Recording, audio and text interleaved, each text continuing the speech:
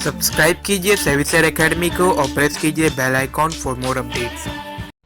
हाँ दोस्तों, आज मैंने जो ज्ञान वार्तालाप के अंतर्गत वाक्य लिया है वो वाक्य मेरा ये है कि निवेशकों के पास अपना रिजर्व और सरप्लस होना चाहिए। आरक्षित धन का उपयोग आपातकाल के लिए किया जाना चाहिए और अधिशेष धन का उपयोग स्टॉक निवेश के लिए किया जाना चाहिए। Investors should have own reserves and surplus. Reserve money should be used for emergency and surplus money should be used for stock investment. हाँ दोस्तों, इस साल के चलते चलते मैंने जो वाक्य आज लिया है वो आपके लिए सीख भी है।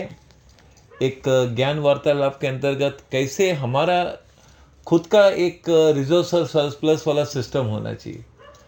रिजर्व सरप्लस तो दोस्तों ये तो कंपनी के, आप तो जानते हैं कि बैलेंस शीट वाली बात हो जाती है और उस तरह का बात विषय हम अपने जीवन में भी लागू करें, क्योंकि ये रिजर्व और सरप्लस वाला शब्द जो है ना दोस्तों, वास्तव में हमें कहीं ना कहीं एक अनुशासित रूप के लिए दर्शाता है। चलिए मैं फिर से आपका ध्यान आकर्षित कर रहा हूँ इन्हीं शब्दों पर कि निवेशकों का अपना रिजर्व और सरप्लस होना चाहिए। क्यों होना चाहिए? दो कारण है दोस्तों। रिजर्व्स का मतलब है वो सेविंग जिसे सिर्फ आपको इमरजेंसी टाइम यानी आपातकाल, संकट समय या कोई ऐसा समय जहाँ पर हमें लगता है कि भाई अब पैसे की सख्त आवश्यकता है, तो वहाँ पर हमें इस रिजर्व मनी को यूज़ करना चाहिए अपने निजी जीवन के लिए। हमारे निजी जीवन में पारिवारिक जीवन है और पारिवारिक जीवन भी हमारा ही जीवन है। तो उन शब्दों में और पॉइंट में यही कहना है दोस्तों कि अगर आपके पास रिजर्व्स है यानी आपने सेविंग स्पेशली कुछ पैसा इमरजेंसी फंड के लिए रखा है। ऑफिशियली दोस्तों तो कई हैं कि भाई मेडिक्लेम के लिए तैयारी करते हैं, मेडिकल एक्सपेंसेस के लिए अलग प्रोविज़न किया जाता है और उसके लिए जो पैसा रखा जाता है कुछ कंपनियों के मतलब माध्यम से, या जहाँ भी हम उसे कहें कि एक प्रोविज़न करना या वो सब बात होना, ये तो ऑफिशियली ठीक है कि हम उस हिसाब से कर रहे हैं जो हमारे सामने साधन है कि मेडिकल का इंश्योरेंस करा दिया है या जो भी बातें हैं। लेकिन अपने निजी जीवन में अपना खुद का एक प्रोविज़न होना चाहिए रिजर्व्स के लिए दोस्तों। इसलिए क्योंकि जब इमरजेंसी आता है तो उस समय आपके पास पैसे की आवश्यकता आसमान को छूती है और उस समय आपके पास कैश इन हैंड रेडी होना अनिवार्य है और उसके लिए आपको प्रोविज़न ज़रूर करना चाहिए। प्रोविज़न इस तरह से दोस्तों कि जो भी आपकी कमाई है, जो भी आपका सैलरी होता है या जो भी हम कमाते हैं, एक बिजनेसमैन का जो भी प्रॉफिट है, अर्निंग है, उसका कम से कम मैं ये कहूँगा दोस्तों कि एक बिजनेसमैन के लिए मैं कहूँगा कि मिनिमम 5% to 10% अमाउंट एक इमरजेंसी के लिए अलग रखना चाहिए। उसी तरह से जिनका जो सैलरी है उसी हिसाब से वही परसेंटेज कहूँगा कि अपना एक 5% to 10% अपार्ट फ्रॉम, मतलब उसे छोड़कर दोस्तों जो आप इन्वेस्टमेंट के लिए प्रोविज़न करते हैं या अपना इंश्योरेंस का पेमेंट है उसके लिए आप प्रोविज़न करते हैं, उन सभी को छोड़कर मैं कह रहा हूँ कि एक 5 to 10% का आपका अमाउंट एक अलग से होना चाहिए आपके सेविंग अकाउंट में। वो किसके लिए होना चाहिए कि अचानक कभी पैसे की आवश्यकता हो गई, कोई दुर्घटना, कोई बात, कोई विषय जो जीवन में अचानक ही होता है दोस्तों। और मैंने कहा भी है कहीं ना कहीं कि संकट की परिभाषा यही है दोस्तों कि वो अचानक जीवन में घटता है, जिसे कोई सोचता नहीं वही अचानक हो जाता है। तो उसके लिए हमारे पास प्रोविज़न या उसके लिए हमारे पास वो प्रावधान होना चाहिए, एक रेडी होना चाहिए कि भाई ये समस्या उभरी तो समस्या का समाधान हमारे सामने एकदम निश्चित रूप से हम उसकी तैयारी करके बैठे हैं।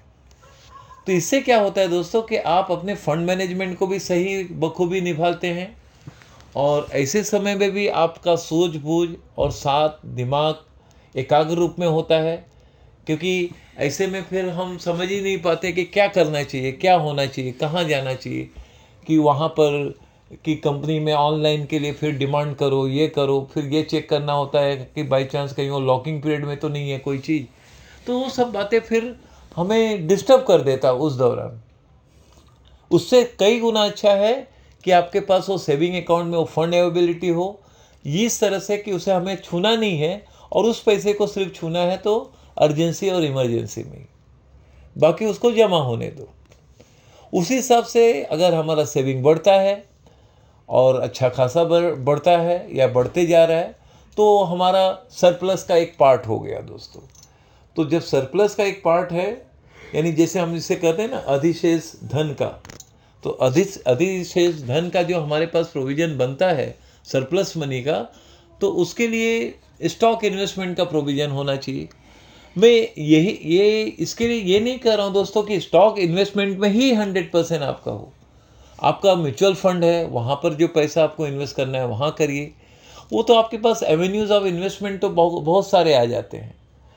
तो उसमें मैंने स्टॉक इन्वेस्टमेंट का शब्द इसलिए दिया है कि कई बार मार्केट में जब हम देखते हैं बेरिश मोड पर है, मार्केट डाउन है, तो उस समय मार्केट में कहीं ना कहीं ये भी कहा जाता है दोस्तों कि कैश इज़ किंग, कि आपके पास रोकड़ा है, कैश है, आपके अकाउंट में पैसा है और मार्केट में गिरावट आ गया है, तो बस तो समझ लीजिए कि आप बेस्ट टाइम ऑफ इन्वेस्टमेंट आपका शुरू हो गया। तो वहाँ पर कॉन्फिडेंटली दोस्तों कि स्टॉक इन्वेस्टमेंट होना चाहिए। क्यों होना चाहिए? क्योंकि भाई हमारे पास सरप्लस फंड है, हमारे पास कैश रेडी है, अकाउंट में 1 लाख 2 लाख 5 लाख 10 लाख जो भी है, हमने कुछ प्रोविज़न पैसा इसी समय के लिए इन्वेस्ट किया है कि जब मार्केट में करेक्शन आएगा या थोड़ा क्रैशिंग मोमेंट होगा तो उस समय हम अपना ये पैसा उस क्वालिटी स्टॉक में इन्वेस्ट करेंगे जो हमने पहले से इसका प्रोविज़न कर रखा है और हमारे ध्यान में वो स्टॉक है कि भाई ये 5 कंपनी, ये 10 कंपनी, ये 2 कंपनी जिसमें हम चाहते हैं कि गिरावट में ऐड करना है, गिरावट में जोड़ना है। तो कब संभव होगा? जब आपके पास कैश की अवेलेबिलिटी है, आपके अकाउंट में पैसा है, तभी ये चीज़ हो पाएगा। इसके लिए आपको अपने थोड़े इस तरफ से जब आप पैसा इन्वेस्ट करते हैं मार्केट में, तो कुछ पैसे का प्रोविज़न आप अलग उस समय रखिए कि भाई जब मार्केट में करेक्शन कुछ ज़्यादा आ जाए तब हमारे पास उस समय पैसा अधिकतर रहता नहीं है। अक्सर रिटेल इन्वेस्टर के साथ यही होता है दोस्तों, क्योंकि पैसा जब मार्केट बुलिश होता है तो कई रिटेल इन्वेस्टर बुलिश मोड पे खरीद लेते हैं, और जब मार्केट में करेक्शन आता है और बेरिश मोड में मार्केट आता है तो उनके पास पैसा नहीं रहता इन्वेस्टमेंट करने के लिए, क्योंकि ऑलरेडी वो पैसा मार्केट में इन्वेस्ट हो चुका है और वो जो इन्वेस्ट हो चुका है वो नेगेटिव रिटर्न दिखा रहा है, तो निकाला भी नहीं जा सकता है। तो इसके लिए सबसे बेस्ट होगा कि आप कुछ जो सरप्लस फंड है उसका प्रोविज़न इस तरह से रखिए कि वो ओनली उसी समय यूज़ होगा जब मार्केट में करेक्शन या बेरिश मोड पे मार्केट होगा, तभी ये पैसा हम इन्वेस्ट करेंगे। तो ये इस तरह से आपका पहला प्रोविज़न ये होना चाहिए। हाँ, अब प्रश्न यहाँ वो प्रश्न का उत्तर प्रश्न ये भी आता है कि भाई कितना पैसा, कितना क्या? तो जैसे मैंने भाई बताया ना दोस्तों कि आपका 5 to 10% आपने इमरजेंसी फंड के लिए अलग रखते जा रहे हैं हर महीना। उसी तरह से जो आप कंफर्टेबल कितना है, आपके जो घरेलू खर्चे हैं या जो आपका कमिटमेंट है फैमिली की तरफ, उसको पूरा होने के बाद, वो सब कार्य पूरा होने के बाद जो पैसा आपका बचता है उस पैसे को एक इस तरह से रखिए कि भाई यहाँ पर हमारा पैसा सिर्फ जमा होगा, या एक ऐसा सेविंग अकाउंट जिसमें सिर्फ आपका पैसा वहाँ जमा होते जा रहा है। और जब आपको दिख रहा है कि मार्केट में अब हैवी करेक्शन आ गया या करेक्शन हो रहा है, तो इसी पैसे को आप मार्केट में बखूबी इन्वेस्ट कर सकते हैं, क्योंकि वो आपने सेविंग अकाउंट ओनली किस पर्पज़ के लिए रखा है कि जब मार्केट में बेरिश मोड होगा, जब मार्केट में हैवी करेक्शन आएगा, तब वो पैसे को आप टच करेंगे। तो उस तरह का भी आप प्रोविज़न करें तो ये एक तरह से दोस्तों आपका एक फाइनेंशियल डिसिप्लिन का ही एक स्टेप होगा, और इस स्टेप को आपको फॉलो करना चाहिए। यदि आप ऐसा करते हैं तो समय के साथ साथ आप मार्केट में एक सही समय में इन्वेस्ट करते हैं, उसका जो रिटर्न आपको दिखता है, भाई चलो बेरिश मोड पे आपने 2 लाख इन्वेस्ट किया, अब वो बेरिश मोड में आपने 2 लाख इन्वेस्ट किया, उसे आप जब मार्केट बुलिश होता है तो उसमें आप 10% 50% एप्रिसिएशन देखते हैं। तो अगर 2 लाख का भी आपको 10% 15% एप्रिसिएशन दिख रहा है तो नेचुरली आपको 20-25 हज़ार का आपको रिटर्न आ रहा है, तो उस समय वो पैसा आपको निकाल लेना चाहिए, क्योंकि आपका उद्देश्य क्या था कि भाई सरप्लस फंड को हमें इन्वेस्ट करना है, और वो भी बेरिश मोड पर। हमने तो इन्वेस्ट कर लिया, हमने रिस्क लिया, यानी इस तरह से कि भाई बेरिश मोड पे हमने इन्वेस्ट किया, हाँ, कई बार ऐसा भी होता है दोस्तों कि आप बेरिश मोड पे इन्वेस्ट तो करते हैं और इन्वेस्ट हो गया आपका, उसके बाद भी शेयर प्राइस कुछ नीचे जाते हैं, तो उससे हमें घबराना नहीं है। क्योंकि मैंने ये बात कई बार कहा है दोस्तों कि मार्केट में दोनों चीज़ टेम्पररी है, बुलिश मोड भी और बेरिश मोड भी। यानी बुलिश ट्रेंड मार्केट में है तो भी वो आप समझ लीजिए टेम्पररी है, और बेरिश ट्रेंड भी मार्केट में चल रहा है तो यही समझ लीजिए कि वो भी टेम्पररी है। तो दोनों चीज़ जब टेम्पररी है तो हमें उसके लिए क्या चिंता करना। उसके लिए हमारी ये तैयारी होनी चाहिए कि जब बुलिश ट्रेंड मार्केट का है और हमें 10%, 15%, 20% या उससे ज़्यादा रिटर्न दिख रहा है, तो उतना ही लिक्विडिटी निकाल लेना चाहिए जितना हमें परसेंटेज ऑफ रिटर्न दिख रहा है।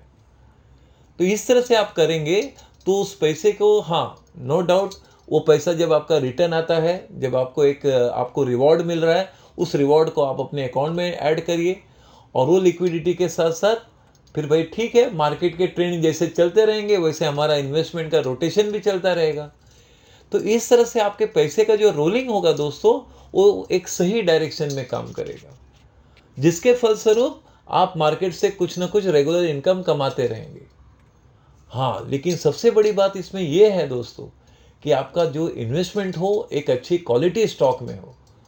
नहीं तो कई बार आप न्यूज़ का यहाँ वहाँ देखकर कुछ पेनी स्टॉक, कुछ यहाँ वहाँ कुछ खरीद लेते हैं जिसके बारे में आपको न ज्ञान है न कुछ है। एक उदाहरण दे रहा हूँ दोस्तों, मैं रिटेल इन्वेस्टर में खासकर बिगिनर्स के लिए कह रहा हूँ, बाकी जिनका एक्सपीरियंस है वो तो सभी जानते हैं कि कब क्या लेना करना है। जो मार्केट में अनुभवी है उनके लिए तो यही कहेंगे कि भाई जब आप अच्छे मोड पर मार्केट है, बेरिश मोड पर है, वहाँ पर जोड़िए पैसा, और जैसे ही बुलिश ट्रेंड आए वहाँ से पैसा निकालना आना चाहिए। अब आप स्वयं देख रहे हैं दोस्तों कि प्रेजेंट सिनेरियो में क्या है मार्केट। प्रेजेंट सिनेरियो मार्केट अच्छा खासा बुलिश ट्रेंड में है, लेकिन अक्सर क्या होता है कि बुलिश ट्रेंड जब और बुलिश ट्रेंड होता है तो लोगों से रहा नहीं जाता है कि भाई हम तो काफ़ी समय से इंतज़ार कर रहे थे कि भाई कब मार्केट गिरे, कब मार्केट गिरे, और वो गिर ही नहीं रहा है और ऊपर पे ऊपर चला जा रहा है। तो होता क्या है दोस्तों कि कई रिटेल इन्वेस्टर क्या हो जाते हैं, इसी भावना में आके वो हाई प्राइस जोन में शेयर खरीद लेते हैं और ऑलमोस्ट वो ओवरबॉट जोन में आ जाते हैं शेयर लेकर, और जैसे उनके लेने के दूसरे तीसरे दिन ही कई बार ऐसा हुआ है दोस्तों कि ओवर प्राइस जोन में रिटेल इन्वेस्टर्स ने शेयर खरीदा और उसी के दूसरे तीसरे दिन देखते हैं कि अरे मार्केट अचानक 500, 700, 800 पॉइंट सेंसेक्स डाउन, वहाँ निफ्टी 300 डाउन, 200 डाउन। तो ये देख के घबराहट आ जाती है और मार्केट के प्रति जो कॉन्फिडेंस है होता है दोस्तों वो हिलने लगता है। घबरा इसलिए जाते हैं कि चारों तरफ से जब नेगेटिव बात हो जाता है, एक बार मार्केट गिरा तो न्यूज़ चैनल या न्यूज़ वाली बात या जहाँ भी आप कोई मैसेज पढ़ते हैं या कुछ भी देखते हैं, सभी नेगेटिव बात करना शुरू कर देते हैं। तो इससे हमें क्यों घबराना। हमें तो जब ये मार्केट में हाँ बुलिश ट्रेंड है, हमने थोड़ा प्रॉफिट बुक किया, हमें जो रिटर्न मिल रहा है 10%, 50%, थोड़ा प्रॉफिट बुक किया, हाँ हमें और भी प्रॉफिट मिल रहा है और 5-10% मार्केट बढ़ गया तो हम थोड़ा और निकाल लेंगे, और फिर वेट एंड वॉच पॉलिसी अपनाना चाहिए दोस्तों। हाँ, यहाँ आपको अपने आप में संयम रखना है, थोड़ा धैर्य रखना है, क्योंकि हम ये जानते हैं कि एक न एक दिन मार्केट को नीचे आना जरूरी है। क्योंकि कुछ भी हो, कैसा भी हो दोस्तों, कि अगर मार्केट काफ़ी ओवर प्राइस जोन में आ जाता है और हाईली बुलिश ट्रेंड में अगर वो मेंटेन भी रहता है तो एक दिन अचानक वो गिरता है दोस्तों।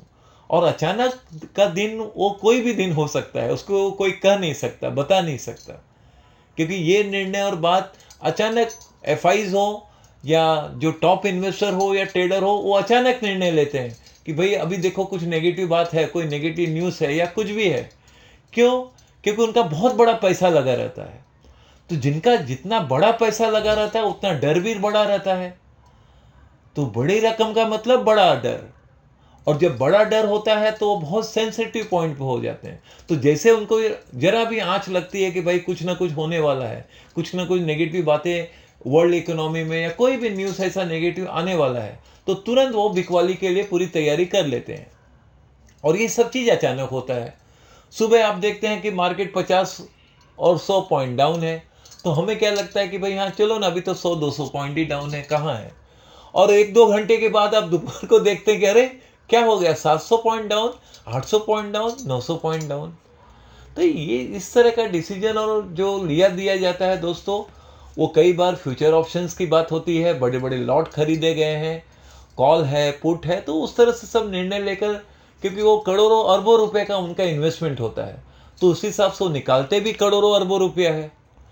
तो इस तरह से आपको ज्ञान वार्ता में यही ध्यान रखना है कि जो सरप्लस फंड हमारे पास आता है या बनता है धीरे धीरे, उसे हमें इस तरह से जोड़ना चाहिए कि भाई चलो ठीक है, मार्केट में जब बेरिश मोड आएगा तब हम उसको ऐड करेंगे, यानी अपनी क्वालिटी स्टॉक को जोड़ेंगे, खरीदेंगे, और अपनी संख्या जो टारगेट है हम उसे बढ़ाएंगे कि भाई आज हमारे पास 100 शेयर है तो हम 250 का टारगेट रख दिए, तो 250 के आसपास आ गया तो ठीक है, चलिए ये हमारा एक टारगेट पूरा हुआ।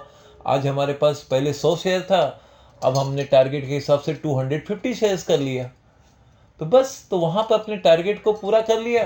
तो उसके बाद नेक्स्ट टारगेट आपका क्या होना चाहिए कि हमें जब भी प्रॉफिट 10%, 15%, 20% या उससे ज़्यादा मिल रहा है तो थोड़ा सा ट्रिमिंग करना चाहिए। भाई हमने 250 कर लिया तो हम 20 शेयर, 25 शेयर बेचेंगे, फिर कभी और ऊपर आया मार्केट तो और फिर एक 20-25 शेयर बेच दिया, लेकिन 200 शेयर को हम टच नहीं करेंगे। जो हमने बेचा वो 25-25 करके, क्योंकि हमने टारगेट 250 पूरा कर लिया। अब हमें क्या करना है कि भाई चलो अब 25-25 शेयर हमने प्रॉफिट में बेचा है, तो जब कभी भी मार्केट में गिरावट आएगा तो हम ये 50 नहीं 55 शेयर जोड़ेंगे या 60 शेयर जोड़ लेंगे। तो इससे क्या होगा कि आपके पास नंबर ऑफ शेयर्स भी कम नहीं हुए और नेगेटिव मार्केट में आपने दोबारा ले लिया शेयर। इसके लिए आपको फोकस होना चाहिए, इसके लिए जो आपके पास शेयर है, क्वालिटी स्टॉक है, उसी पर पूरा आपका ध्यान और दिलो दिमाग काम करना चाहिए बस। और आपके वॉच लिस्ट में ये बात होना चाहिए कि भाई ये 5 कंपनी, 10 कंपनी, 20 कंपनी जो भी है, इसमें से मुझे जिसको जोड़ना है, जो मुझे हाई रिटर्न दिया है या अच्छा रिटर्न दिया है, उसको हम एक सेलेक्टेड लेवल पर चलेंगे और उसी पे हम इन्वेस्ट करेंगे जब मार्केट में गिरावट आएगा। तो इस तरह से दोस्तों आपको रिजर्व्स और सरप्लस में मैंने जो अभी आपको वाक्य शुरू में कहा कि इन्वेस्टर्स का अपना एक खुद का ऐसा रिजर्व्स और सरप्लस का प्रोविजन बनाना चाहिए कि भाई हमारा खुद का एक रिजर्व्स है। रिजर्व्स हमने किसके लिए यूज़ कर रहे हैं? Only for emergency fund. हाँ, इमरजेंसी फंड हमने कर लिया, प्रोविजन कर लिया, चलो ठीक है। वो इमरजेंसी फंड न केवल अपने लिए, कभी रिश्तेदारों के लिए भी, फैमिली, दूसरे हमारे रिलेटिव्स के लिए भी, कभी हमारे जो मित्र हैं, दोस्त हैं, वो कभी उनके लिए कोई इमरजेंसी आ गई, कोई प्रॉब्लम आ गया, तो उन्हें उनके लिए भी हेल्पिंग हैंड हमारे पास होना चाहिए। ये सब बातें जीवन में ज़रूरी है दोस्तों। क्या है, हम तो मानते हैं कि समाज में हैं तो हर एक तरह से जो हमारे साथ जुड़े हैं, अगर उनका हम हेल्प कर सकते हैं तो ज़रूरी है जीवन में ये कार्य हमें करना चाहिए। तो उस चीज़ के लिए हमारे पास रिजर्व्स एक अलग रखना चाहिए और सरप्लस के लिए हम इन्वेस्ट करते जाएंगे। और नो डाउट, जैसे मैंने अभी स्टॉक इन्वेस्टमेंट की बात कहा है कि सरप्लस अमाउंट हमें ऐड करते जाना है। कहाँ पर? कि स्टॉक इन्वेस्टमेंट में। अगर स्टॉक इन्वेस्टमेंट में भी आपको एक बहुत अच्छा रिटर्न मिला है या मिल रहा है तो वो थोड़ा सा ट्रिमिंग करके कुछ अंश 1% या 2% आप रिजर्व में डालिए दोस्तों। हाँ, 1% या 2%, क्योंकि आपको बहुत अच्छा अगर रिटर्न मिल रहा है तब की बात कर रहा हूँ। आपने सोचा था कि भाई 20, 25, 30% तक मिलेगा, चलिए अच्छी बात है, लेकिन अगर आपको 50, 60% या उससे ज़्यादा रिटर्न मिल रहा है तो उसका 1%, 2% या मैक्सिमम 5% आप रिजर्व में रखिए, यानी वो इमरजेंसी फंड में रखिए। इससे क्या होगा कि आपका इमरजेंसी फंड भी बढ़ेगा और वो फंड यानी रिजर्व फंड वो भी बढ़ने दीजिए समय के साथ साथ। जैसे मैंने कहा कि हमारे लिए ही नहीं, न केवल हमारे परिवार के लिए, कभी रिश्तेदारों के लिए, कभी मित्र दोस्त के लिए, वो भी जीवन में होना चाहिए या हमें करना चाहिए। हेल्पिंग हैंड हमारा होना चाहिए दोस्तों। बस दोस्तों, मानता हूँ मेरी बात को आपने सरल रूप में समझ लिया होगा। जो मैं आज आपको ज्ञान वार्तालाप के अंतर्गत कहना चाहता था उसे आपने बखूबी समझा होगा और अपने दिलो दिमाग में लेकर इसे जीवन में फॉलो भी करना है। ज्ञान प्राप्त करना अच्छी बात है और उससे ज़्यादा बड़ी बात है कि उस ज्ञान को अमल करना, यानी अपने जीवन में लागू करना, ये भी बहुत ज़रूरी है। तभी आप उसका अनुभव करेंगे, तभी आपको एक सच्चा ज्ञान का एक सच्चा आपने उसका जिसे अनुकरण किया, आपने उसको फॉलो किया, तो उसमें आप सफल रहेंगे आगे भी। तो बस मैं मानता हूँ मेरी बात को आपने सरल रूप में समझ लिया दोस्तों। बस चलते चलते क्या कहें, आपको तो मैं क्या बार बार दोहराऊं, आप तो अब सब जान ही गए हैं कि हमारा रेगुलर मेंबरशिप है। लाइफ मेंबरशिप के लिए भी हमने अभी बाकायदा अभी कुछ 30% डिस्काउंट दिया है। हाँ, ये चलते चलते जरूर कहूँगा दोस्तों कि नए साल का आपको बेस्ट एसआईपी स्टॉक इन्वेस्टमेंट करना चाहिए। अब नया साल शुरू हो रहा है, तो आपको नए साल में अपने आप में एक फाइनेंशियल डिसिप्लिन लाना है दोस्तों, और लाना चाहिए। और वो बेस्ट यही होगा कि आप बेस्ट एसआईपी स्टॉक में इन्वेस्ट करिए। और best SIP stock investment service हमारे पास है। उससे संबंधित जो भी आपको जानकारी चाहिए आप व्हाट्सएप में मैसेज कीजिए, आपको सारी जानकारी मिल जाएगी। और उसी के साथ साथ दोस्तों हमारा मल्टीबैगर पोर्टफोलियो मैनेजमेंट सर्विस, और आप जानते हैं प्लेटिनम पोर्टफोलियो मैनेजमेंट सर्विस और प्लेटिनम स्टॉक सर्विस, ये सभी हमारे साथ हमारे पास अवेलेबल है। उससे संबंधित जो भी आपको जानकारी चाहिए आप व्हाट्सएप में मैसेज कीजिए, आपको सारी जानकारी प्राप्त हो जाएगी। चलिए फिर मिलते हैं नए साल में दोस्तों। चलिए फिर मिलते हैं।